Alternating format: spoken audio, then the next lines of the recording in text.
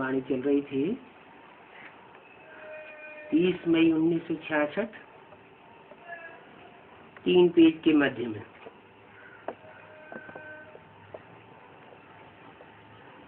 बात चल रही थी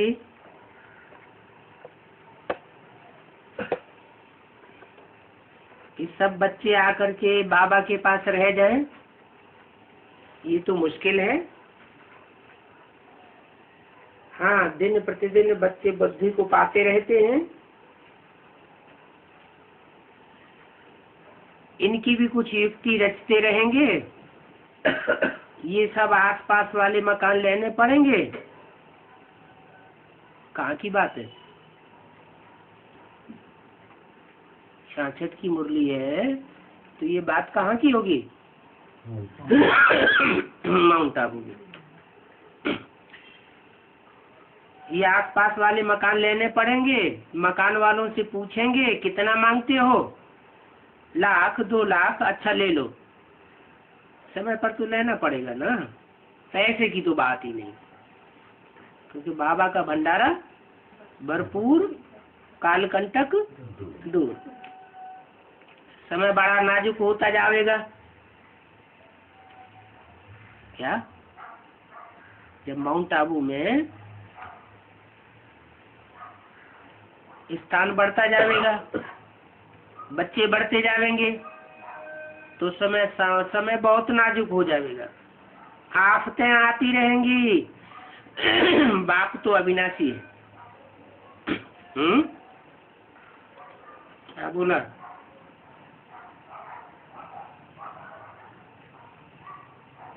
आफतें आवेंगी, आफतें बढ़ती जाएंगी। बाप तो अविनाशी है। अविनाशी खजाना बच्चों को देते हैं, क्योंकि जब तक जीना है तब तक पीना है। बहुत देर बच्चों को आना होगा। बाबा विचार करते हैं, इतने सब ढेर बच्चे कहाँ आकर के रहेंगे।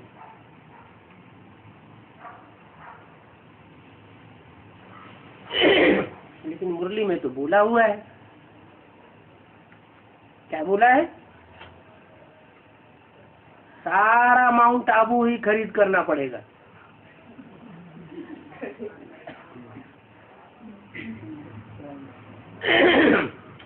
ब्रह्मा बाबा तो बूढ़े थे, बोलते भी रहते थे।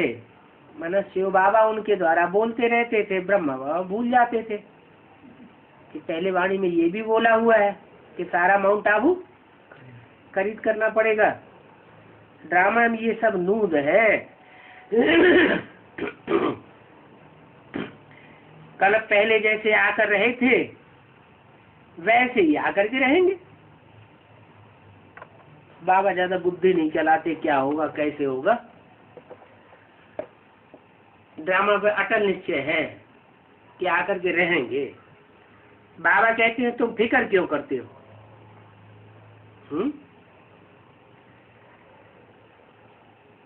वेट एंड सी। इंतजार करो और देखो। तुम पढ़ते रहो। क्या? जो पढ़ाई पढ़ाता हूँ वो तुम पढ़ते रहो। मन मना भव,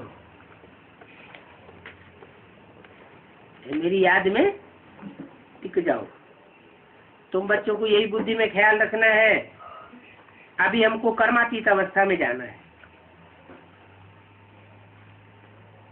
ये चिंता न करो सारे बच्चे कहाँ आकर के रहेंगे विनाश के टाइम में। अपनी चिंता करो, कर्मातीत अवस्था को कैसे पाए। सतो प्रधान बनना है, याद से ही पावन बनेंगे। बाबा बात तो बहुत सहज बताते हैं, अति सहज बात है। सिर्फ बाबा को याद करना।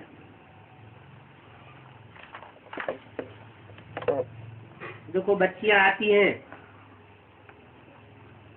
आफतें आती हैं, याद आने से चिल्लाती हैं।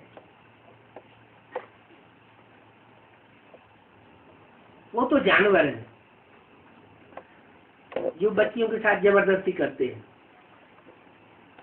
आज आजकल के मनुष्य भी जानवर मिसल हैं। तो तुम बच्चे ने रणियां मारी है ना, आगे चल के तो बहुत ही चिल्लाएंगे, माना।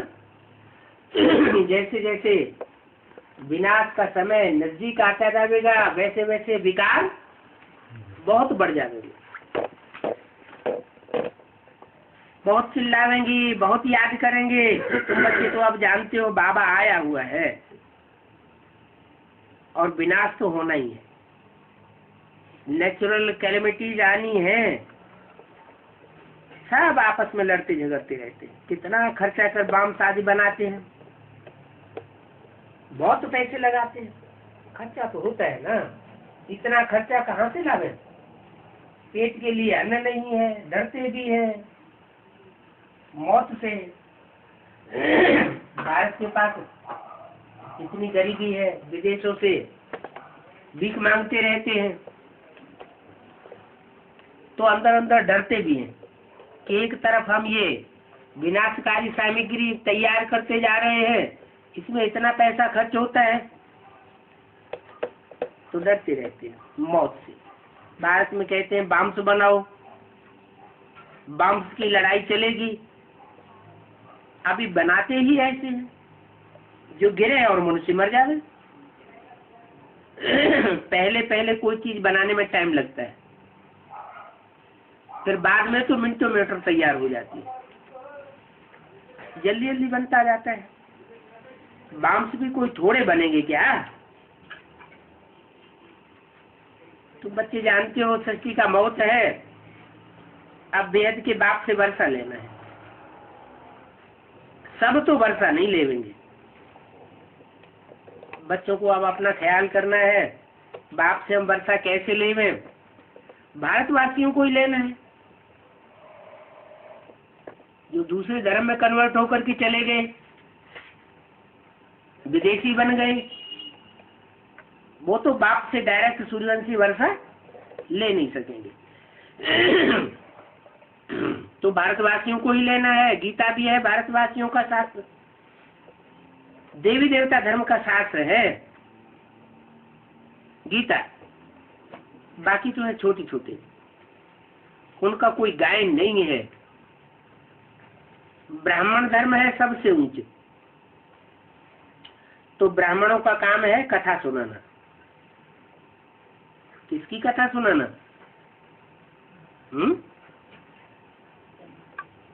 किसकी कथा सुनाना? अरे लक्ष्मी नारायण की कथा सुनाना।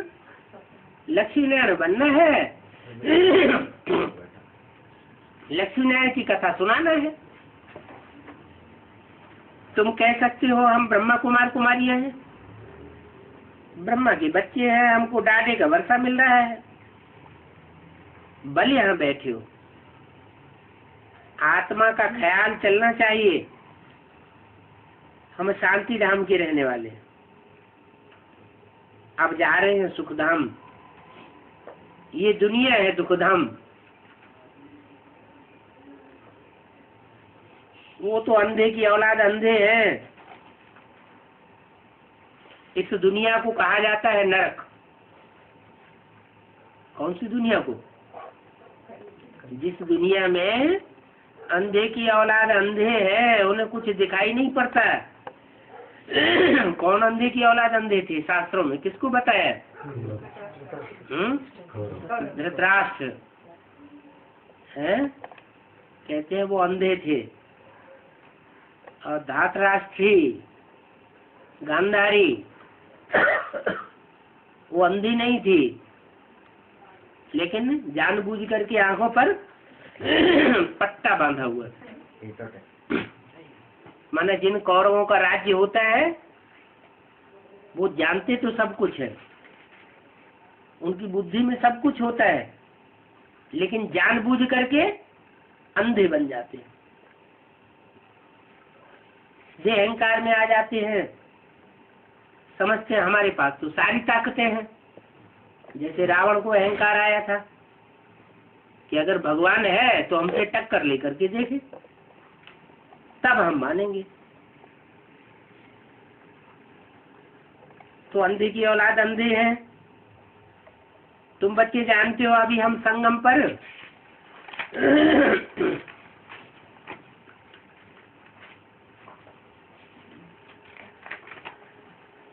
हम संगम पर चल रहे हैं।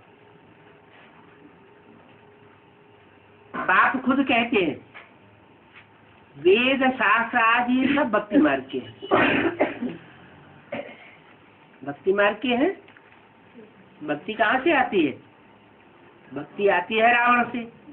रावण है अनेक सिरों वाला, तो वेद शास्त्र भी अनेक बुद्धियों से बनाए गए। एक ने वेद शास्त्र नहीं बनाए। ये कोई ज्ञान नहीं है। ज्ञान आता है एक से और भक्ति आती है 10 सिरों से, माने अनेक सिरों से। ये अनेक सिर के शास्त्र बनते ही बाद में माने कब? कोई भी धर्म स्थापन होता है तो धर्म पिता एक सुनाता है, बाद में उसको लिखने वाले ढेर हो जाते हैं। धर्म पिता ने जो कुछ सुनाया उनके फॉलोअर्स उसको लिखते हैं, तो बात बदल जाती है। ऐसे ही परमपिता परमात्मा ने आकर जो धर्म स्थापन किया, जो गीता ज्ञान सुनाया, उसके 2500 वर्ष के बाद फिर ये शास्त्र लिखे जाते हैं। जिन्होंने वहां मनमत मिक्स की थी संगम युग में, वो ही वहां द्वापर युग में मनमत मिक्स करना शुरू कर देते हैं। तो जैसा जैसा जो ईश्वर की वाणी को समझता है वैसे वैसे शास्त्र बना देता है। अगर पूरा ही निर्विकारी होकर के चले ज्ञान में आने के बाद, तो शास्त्र भी कैसे बनेंगे? सात्विक बनेंगे। उनमें मैच्योरिटी नहीं हो पाएगी। लेकिन सारी दुनिया पतित है। पतित दुनिया में एक भी पावन नहीं होता। जब शिव बाबा आते हैं तो बुद्धि सबकी कैसी हो जाती है? भ्रष्ट बुद्धि हो जाती है। हाँ, इतना है कि ज्ञान में आने के बाद जो जितना सच्चाई से चलता है तो उसकी बुद्धि सात्विक रह सकती है। तो बोला ये शास्त्र तो बाद में बनते हैं। पहले धर्म पिता आकर के सुनाता है, वो एक ही बात सुनाता है, और बाद में उसके फॉलोअर्स उसको इंटरप्रेट करते हैं, अलग अलग बातें बोलते हैं। सत्युग में तो ये शास्त्र आदि नहीं होते। तुम शिवालय में रहते थे, वो शिव बाबा का स्थापन किया हुआ है स्वर्ग है क्या? जो शिवालय जिसका नाम दिया है वो किसका शिवालय नाम दिया है? तुम शिवालय में रहते थे। शिवालय कौन सा हुआ है? जो शिव बाबा का स्थापन किया हुआ है। शिवालय क्या हुआ? वो तो मंदिर बना देते हैं भक्ति मार्ग में, शिवलिंग उसमें रख देते हैं, चारों तरफ देवताओं की मूर्ति रख देते हैं, उसको कहते हैं शिवालय। बाप कहते हैं तुम शिवालय में थे, वो तो जड़ मूर्तियां रखी हुई हैं, लेकिन तुम चैतन्य शिवालय में थे। वो है शिव बाबा का स्थापन किया हुआ शिवालय। क्या कोई मनुष्य गुरु शिवालय स्थापन नहीं करते? वो तो जड़ शिवालय है जो मनुष्य गुरु बनाते हैं, बनवाते हैं। लेकिन शिव बाबा आकर के तो चैतन्य शिवालय बनाते हैं। चैतन्य शिवालय कौन कौन से हैं? शांतिधाम और सुखधाम। बताओ। माउंट आबू में ये तुम बच्चे परम धाम को नीचे उतारेंगे, संगठित रूप में आत्मिक स्थिति में सब रहेंगे, तो वो भी शिवालय हुआ। और वो ही आत्माएं आत्मिक स्थिति धारण करने वाली सुखधाम में जाकर के रहेंगी, तो वो भी शिवालय हुआ। तो आत्माएं रहेंगी, शिव शिव रहेगा क्या वहाँ है? स्वर्ग में आत्माएं रहेंगी, देव आत्माएं रहेंगी या शिव बाबा रहेगा? देव आत्माएं रहेंगी, शिव बाबा तो नहीं रहेगा। रहेगा बाबा, शिव बाबा रहेगा? अरे शिव बाबा भी रहेगा। अभी अभी कहते थे नहीं रहेगा, अभी कहते रहेगा। नहीं बाबा, दोनों ही रहेगा ना। दोनों ही रहेंगे, दोनों शिव बाबा रहेंगे। हाँ बाबा। हैं? दोनों शिव बाबा कौन से रहेंगे? साकार में रहने वाले शिव बाबा है ना। अच्छा, इस सृष्टि पर सदा कायम कोई चीज है नहीं, सदा कायम तो एक शिव बाबा ही है। माने इस सृष्टि पर शिव बाबा सदा कायम हो सकता है, शिव बाप सदा कायम नहीं हो सकता, क्योंकि बाप जब आते हैं तो वो लक्ष्य देते हैं, कैसा पुरुषार्थ करना है? बाप समान बनने का पुरुषार्थ करना है। जैसे बाप है निराकारी निर्विकारी निरहंकारी, वैसे बच्चों को भी पहले पहले कैसी स्थिति धारण करनी है? निराकारी, निरहंकारी और निर्विकारी। तो जो बच्चा पहले पहले ऐसी स्थिति को धारण करता है उसका टाइटल हो जाता है शिव बाबा। तो वो जो टाइटल धारी है शिव बाबा, वो इस सृष्टि पर सदा कायम है। तुम शिवालय में रहते थे, वो है शिव बाबा का स्थापन किया हुआ स्वर्ग, उसमें देवी देवताएं रहते थे, इसलिए उनका नाम ही रखा है शिवालय। है किसका हाल है? शिवालय। शिवालय नाम क्यों रखा है? फिर शंकरालय नाम रखना चाहिए। है? शंकरालय नाम क्यों नहीं रखा? कृष्ण है ना। है? कृष्ण है ना बाबा। कृष्ण तो बच्चा है। हाँ, कृष्ण वो बच्चा नहीं रहेगा ना। बच्चा नहीं रहेगा, कृष्ण बाप हो जाएगा। बाप ही रहेगा ना। तुम तो गीता का भगवान श्री कृष्ण को उठा करके गीता का भगवान शिव बाबा बना दिया है। हाँ, इसीलिए बाबा। नहीं, उनका नाम रखा है शिवालय स्वर्ग का, इसलिए शिवालय रखा है कि निराकार और साकार दोनों के मेल ने वह स्वर्ग रचा है, इसलिए उसका नाम शिवालय रखा है। जो बनाता है घर उसी का घर होता है ना, इसलिए इनको कहा जाता है वैश्यालय। किनको? इस दुनिया को कहा जाता है वैश्यालय। वैश्यालय क्यों कहा? क्योंकि जब से विशेष दुनिया शुरू हुई, कब से शुरू हुई? द्वापर से। तो द्वापर से इब्राहिम आया और विषय विकारी दुनिया शुरू हुई, विविचार शुरू हुआ, तब से कहेंगे वैश्यालय। पतित दुनिया है ना। तुम समझते हो हम शिवालय अथवा राम राज्य में जाते हैं, इस वैश्यालय से हम पीछा छुड़ाए गए। शिवालय अथवा स्वर्ग स्थापन किया शिव बाबा ने, कि तो वैश्यालय स्थापन किया रावण ने।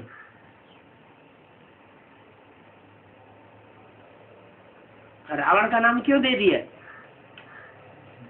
क्योंकि अनेक मतें देने वाला है, इसलिए उसका नाम रावण। अनेक मतों से मनुष्य रोते हैं, रुलाने वाले को कहा जाता है रावण, और एक मत से मनुष्य इस सृष्टि पर सुखी हो जाते हैं। इस समय सब वैश्यालय में रहने वाले, सबकी बुद्धि को माया क्या कर देती है? बरमाए देती है। सबकी बुद्धि तिरक जाती है, इसलिए सब वैश्यालय में रहने वाले। अब तुम वैश्यालय से निकल संगम युग पर खड़े हो, इनको संगम युग कहा जाता है। क्यों संगम क्यों कहा जाता है? क्योंकि बुद्धि कभी वैश्यालय की तरफ झुक जाती है और कभी बुद्धि शिवालय की तरफ झुक जाती है, कभी शिव बाबा की तरफ और कभी रावण की तरफ। ये रस्सा कसी चल रही है बुद्धि की, कभी बाबा खींच लेता है, कभी रावण खींच लेता है। तो इसको संगम युग कहा जाता है। शिवालय में जाने के लिए हम पुरुषार्थ करते हैं क्या? कोशिश ये करते हैं कि हमारी बुद्धि शिवालय में ही बनी रहे। लेकिन होता क्या है, पूर्व जन्म के 63 जन्मों के जो संस्कार है ना, वो बार बार हमको रावण की तरफ खींच लेते हैं। मनुष्य तो वैश्यालय में ही है। कम से कम हम संगम पर हैं, और दुनिया भी मनुष्य तो वैश्यालय में ही है। शिवालय का उनको पता ही नहीं है, उनको शिव का ही पता नहीं है कि शिव इस सृष्टि पर आया हुआ है, इसलिए वो कहाँ है? वो वैश्यालय में। और हमको पता तो लग गया है कि शिव साकार में सृष्टि पर आया हुआ है, शिवालय स्थापन कर रहा है। साकार में आया हुआ है तो साकार में नई दुनिया स्थापन कर रहा है। उनको शिवालय का पता नहीं है। ये तुम जानती हो, शिवालय से वैश्यालय में आने में 84 जन्म हमने लिए हैं। कितने लिए? 84 जन्म लिए। ये क्या बात हुई? क्यों 21 जन्म लेने के बाद हम वैश्यालय में नहीं आ गए हैं? अरे 21 जन्म जब पूरे हुए तो द्वापर युग के आदि में हम वैश्यालय में नहीं आ गए हैं? अरे आ गए कि नहीं आ गए? आ गए। फिर बाबा ने झूठा बोल दिया है? पूरा नहीं आए, अधूरा आए। आए तो वैश्यालय में, पूरा आए चाहे अधूरा आए। लेकिन संगम में बाप के पास आए। नहीं नहीं नहीं, यह भी तुम जानते हो। जिस समय वाणी बोली जा रही है तो बाबा किसी बच्चे को तुम इंट्रोड्यूस कर रहे हैं, यह नहीं जानता। कौन? ये ब्रह्मा नहीं जानता, नहीं इसके फॉलोअर जानते हैं। यह भी तुम जानते हो। शिवालय से वैश्यालय में आने में 84 जन्म लिया। मन किसको बोला? आने वाले भविष्य पार्ट को। हाँ, आने वाले भविष्य का पार्ट बाबा की बुद्धि में है।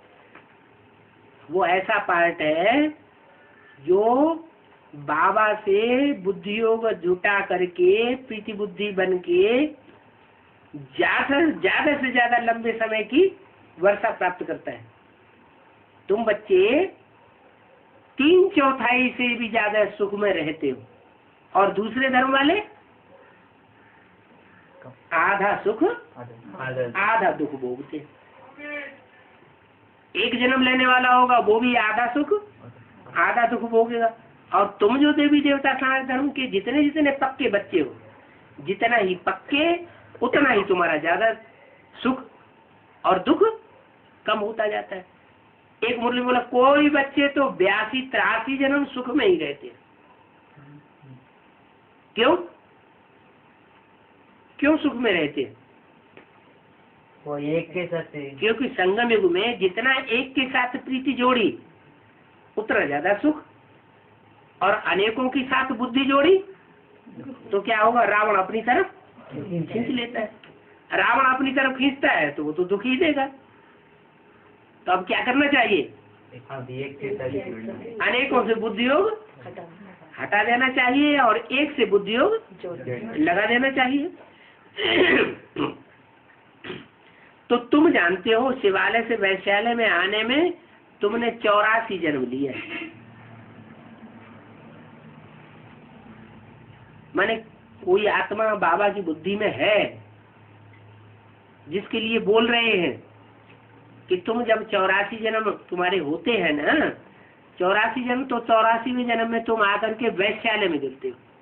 उससे पहले तुम वैश्यालय में माने विषयस नहीं थे, व्यभिचारी नहीं थे। आप व्यभिचारी तुमने जीवन गंवाया था। अब हम चल पड़े कहाँ? वैश्यालय से शिवालय की ओर।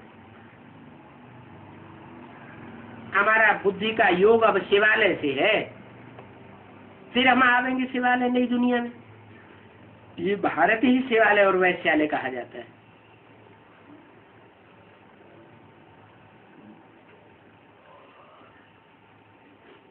और कोई खंड नहीं कह सकते। क्या और कोई खंड को वैश्यालय नहीं कह सकते। क्यों? कि वो सिर्फ वैश्यालय होता है, शिवालय कभी नहीं होता। और धर्मखंड, दूसरे धर्मखंड जो है और उनके रहने वाले जो है, उनके फॉलोअर्स जो है, वो एक को ही मानते हैं। और भारतवासी घड़ी घड़ी कन्वर्ट होते रहते हैं। तो और कोई खंड को नहीं कह सकते वैश्यालय। भारत ही शिवालय और भारत ही वैश्यालय बनता है। कहते हैं याद भूल जाती है। क्यों भूल जाती है? क्योंकि 63 जन्मों में हमने ये कमजोरी धारण की है कि अनेकों को याद किया है, तो वो अनेक आत्माएं हमसे माया के रूप धारण करके हिसाब किताब लेने के लिए आ जाती है बुद्धि में। तो कैसे याद भूल जाती? अरे बाप को याद करना तो बहुत सहज है, क्यों याद भूल जाती है? अति सहज है बाप की याद। बाप की याद से वर्षा भी बुद्धि में जरूर आवेगा। तुम बच्चों की बुद्धि में हमारा बाबा है, उससे हम बेहद का वर्षा ले रहे हैं। किससे? उससे, इससे नहीं, उससे हम बेहद का वर्षा ले रहे हैं। क्यों कह दिया उससे? क्योंकि आने वाले पार्ट की तरफ इशारा किया संख्या छठ में। ये ककपन को हम क्या करेंगे?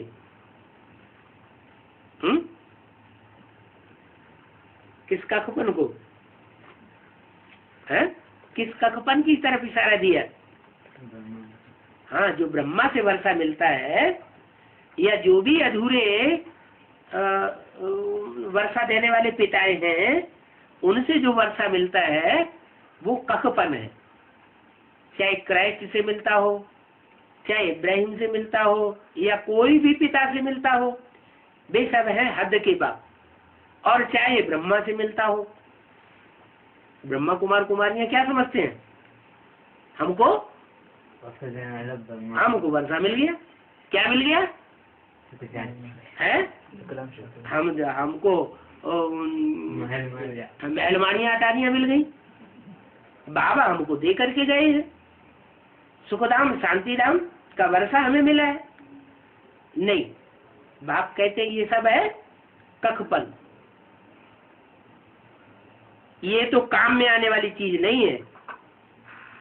क्या स्वर्ग में ये सब काम नहीं आवेगा? सिर्फ पेट को खाना चाहिए। पुरुषार्थ करने के लिए ये महल माड़ियां अटारियां नहीं चाहिए। ये टाइटल नहीं चाहिए। कौन से? मुख्य प्रशासिका और सह प्रशासिका, जोनल इंचार्ज। इनसे कोई सुख अंत तक कायम नहीं रहेगा। ये सब काम में आने वाली चीज नहीं। सिर्फ पेट को खाना चाहिए और कुछ नहीं चाहिए। माना पेट को 2 रोटी मिलती रहे तो पुरुषार्थ चलता रहेगा। पेट कोई जाति खाता नहीं है। पेट को चाहिए 2 रोटी। भील लोग क्या खाते हैं? भील लोग होते हैं, जंगल में रहते हैं, सारा दिन लकड़ी काटते हैं, इतनी मेहनत करते हैं, और खाते क्या है? 2 रोटला। क्या खर्चा होगा 2 रोटी में? क्या 2 रोटी अगर आदमी को मिलती रहे तो जिंदा नहीं रहेगा? क्या रहेगा? है? पहले रोटी बनाते थे, गेहूं, उसमें चना थोड़ा सा और नमक डाल करके रोटी बना लेते थे। चने में दाल है, गेहूं में सारे ही तत्व हैं। तो आदमी जिंदा रह सकेगा कि नहीं रह सकेगा? कि मर जाएगा? है? जिंदा रह सकता है। अखबार में तो निकला था एक आदमी चाय पी करके सारी जिंदगी, कितने 40 साल से चाय पी रहा है, चाय पी के ही जिंदा रह रहा है। तो 2 रोटी चाहिए। भी लोग क्या खाते हैं, सिर्फ रोटला खाते हैं, खर्चा क्या होगा? 8 आने शेर आटा मिलता है, संचार मिलता होगा। 8 आने का एक शेर से 16 रोटी बनती है। लो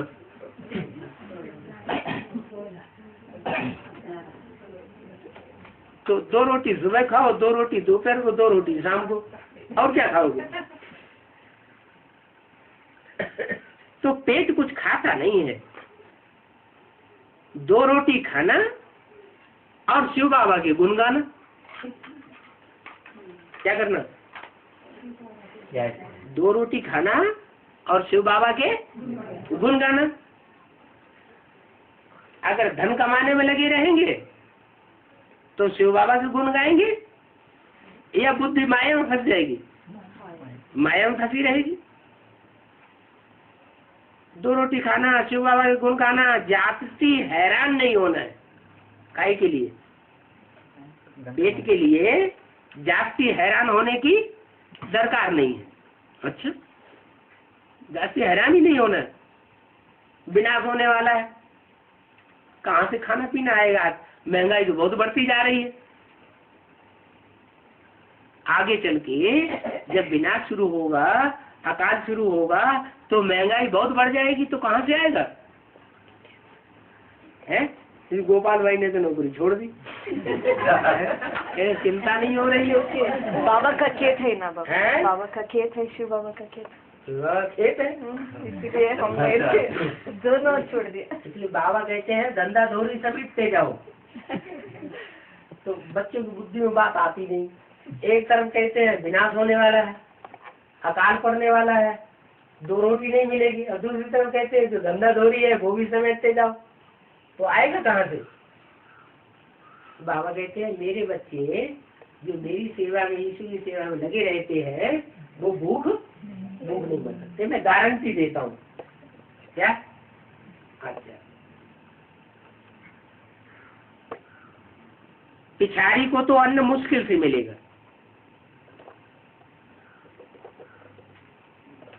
एक तरफ कहते हैं जाति हैरान नहीं होना चाहिए कमाई करने के लिए, दूसरी तरफ क्या कह दिया? पिछाड़ी को अन्न मुश्किल से मिलेगा। किनको मुश्किल से मिलेगा? जो मेरे बच्चे, जो बाप के बच्चे नहीं होंगे, धन कमाने में जिनकी बुद्धि लगी हुई होगी, उनके लिए बोला है बोले, जिनकी बुद्धि धन कमाने में लगी हुई है उनकी किस्मत फूटी हुई समझो। तुम्हारी किस्मत तो बहुत आवा है, तुम तो बहुत बड़ी कमाई करते हो। खून ही ना खेल होना है। देखना मनुष्य मरते ही रहेंगे, और मरेंगे भी बहुत जल्दी। क्या? जैसे जैसे विनाश की विभीषिका बढ़ती जाएगी वैसे जल्दी जल्दी मरेंगे। गैस आदि ऐसी डालते हैं जो झट खत्म कर देंगे।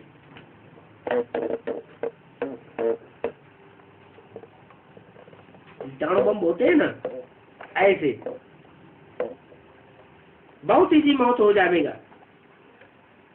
बाप कहते हैं बच्चों को दुखी थोड़ा ही करना है। क्या? भारत में जो मौत होगा महाभारत गृह युद्ध से तृतीय विश्व युद्ध में, वो तो बहुत कड़ा मौत है, वो तो खून ही नाहक खेल है। लेकिन आखिरी जो मौत होगा दुनिया का, जिसमें सारे ही खलास हो जाएंगे, वो तो एटम बमों का युद्ध होगा। एटम बमों के फटने से पृथ्वी का बैलेंस बिगड़ जाएगा, और ढेर सारे भूकंप आएंगे, और मकानात जो महलमानियां अटारियां बनते चले जा रहे हैं वो गिरते जाएंगे, आराम से मौत हो जाएगा। 5-7 रोज में खेल खराब। बाप कहते हैं बच्चों को जाति दुखी थोड़ा ही करना है, इसलिए बाप खातिरी करते हैं।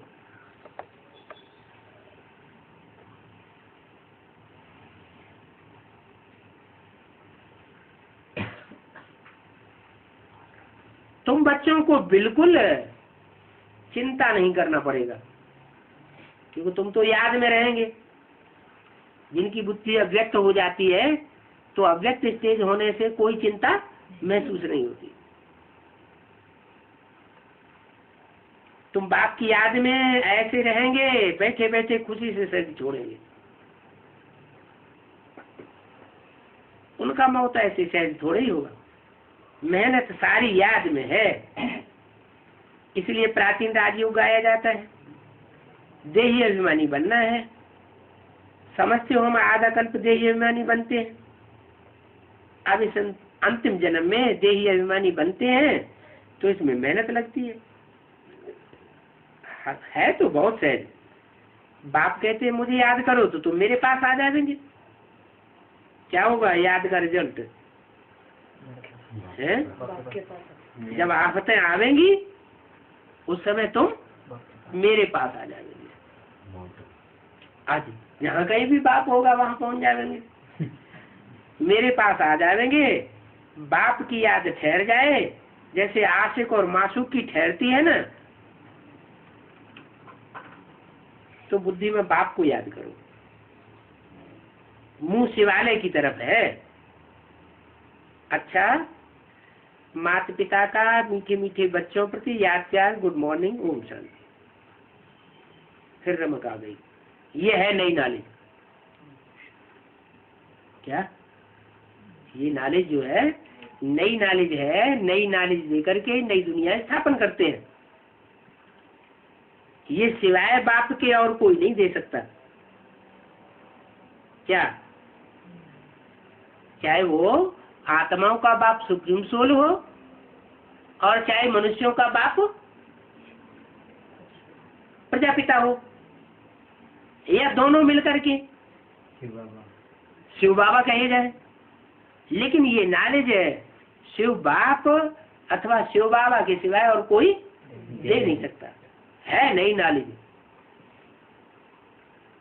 ब्रह्मा के तन में आकर के अब दी, तो दुनिया के हिसाब से तो वो नई नॉलेज हुई ना। और उस नई नॉलेज का रिजल्ट बताया कि सन 76 में नई दुनिया स्थापन हो जाएगी, पुरानी दुनिया का विनाश होगा। तो हुआ ना, ब्राह्मणों की दुनिया में नया संगठन तैयार हो गया। अब उस नए संगठन में भी फिर 4 अवस्थाएं होती हैं, सतो प्रधान, सतो सामान्य, रजो और तमो। जब तमो स्टेज आती है तो जो सन 76 में एडवांस नॉलेज सुनाना शुरू की थी, वो भी तामसी स्टेज में आ जाती है। क्यों? जब तक एक से सुनते रहते हैं तो सतो प्रधान स्टेज रहती है, और एक की जगह अनेकों से डिस्कस करते हैं तो तामसी बन जाते हैं। या मन मत लगाते हैं या मनुष्य मत सुनते हैं तो तामसी बन जाती है नाली। एक से अभिविचारी ज्ञान और अनेकों से विविचारी ज्ञान होगा, तो उसका रिजल्ट भी विविचारी बन जाता है। जिनकी बुद्धि भ्रमित होती रहती है तो वो दूसरे दूसरे धर्मों में कन्वर्ट होती रहती है, दूसरों की बात सुन करके प्रभावित होते रहते हैं। जिससे प्रभावित हुए उसकी प्रजा बन जाते हैं। तो ये नई नॉलेज है। ब्रह्मा के द्वारा भी नई नॉलेज सुनाई, एडवांस में भी नई नॉलेज सुनाई। नई नॉलेज से ही नई दुनिया स्थापन होती है। सिवाय बाप के और कोई ये नॉलेज दे नहीं सकता। इसलिए कोई को भी पता नहीं है किस बात का, इस बात का कोई को पता नहीं है कि ये नई नॉलेज कौन दे रहा है। इसलिए 7 रोज समझाया जाता है। ये नई नॉलेज कौन दे रहा है ये समझाने के लिए 7 दिन समझाया जाता है। 7 रोज अखंड पाठ पढ़ते हैं ना। भक्ति मार्ग में क्या करते हैं? रामायण पढ़ेंगे, हैं, गुरु ग्रंथ साहब पढ़ेंगे, सुखमनी पढ़ेंगे, गीता पढ़ेंगे, तो 7 दिन का पाठ रखते हैं। महाभारत तो 7 दिन का पाठ रखते हैं ना। रामायण भी 7 रोज है। असल में यहाँ का 7 रोज, क्योंकि 7 रोज बिठाया जाता है, क्योंकि पतित है ना। परंतु पतित होते हुए भी कोई की बुद्धि में बैठता नहीं है, अहंकार आ जाता है। अपने को पतित समझते थोड़ा ही है। अगर अपने को पतित समझ करके सुने तो पूरी बात बुद्धि में बैठ जाए, लेकिन अहंकार आ जाता है देह अभिमान आने से, तो देह अभिमानी सांडों को बाप सुनाते नहीं, तो बात ज्ञान की बुद्धि में उनके नहीं बैठती है। इसलिए गीता में भी कहा, हे अर्जुन तू सब भूल जा, क्या बन जा, कोरा कागज बन जा। अगर अपन को विद्वान आचार्य समझते रहेंगे तो घमंड रहेगा, अपनी सुनाने की ज्यादा करेंगे टिक टिक है, और जो असली नॉलेज है वो नहीं सुनेंगे। परंतु पतित होते हुए भी कोई की बुद्धि में बैठता नहीं है, क्योंकि अभी भक्ति मार्ग है। ज्ञान देने वाला तो एक है। यहाँ कायदा कड़ा है। क्या कड़ा कायदा है? जब तक 7 रोज न समझे,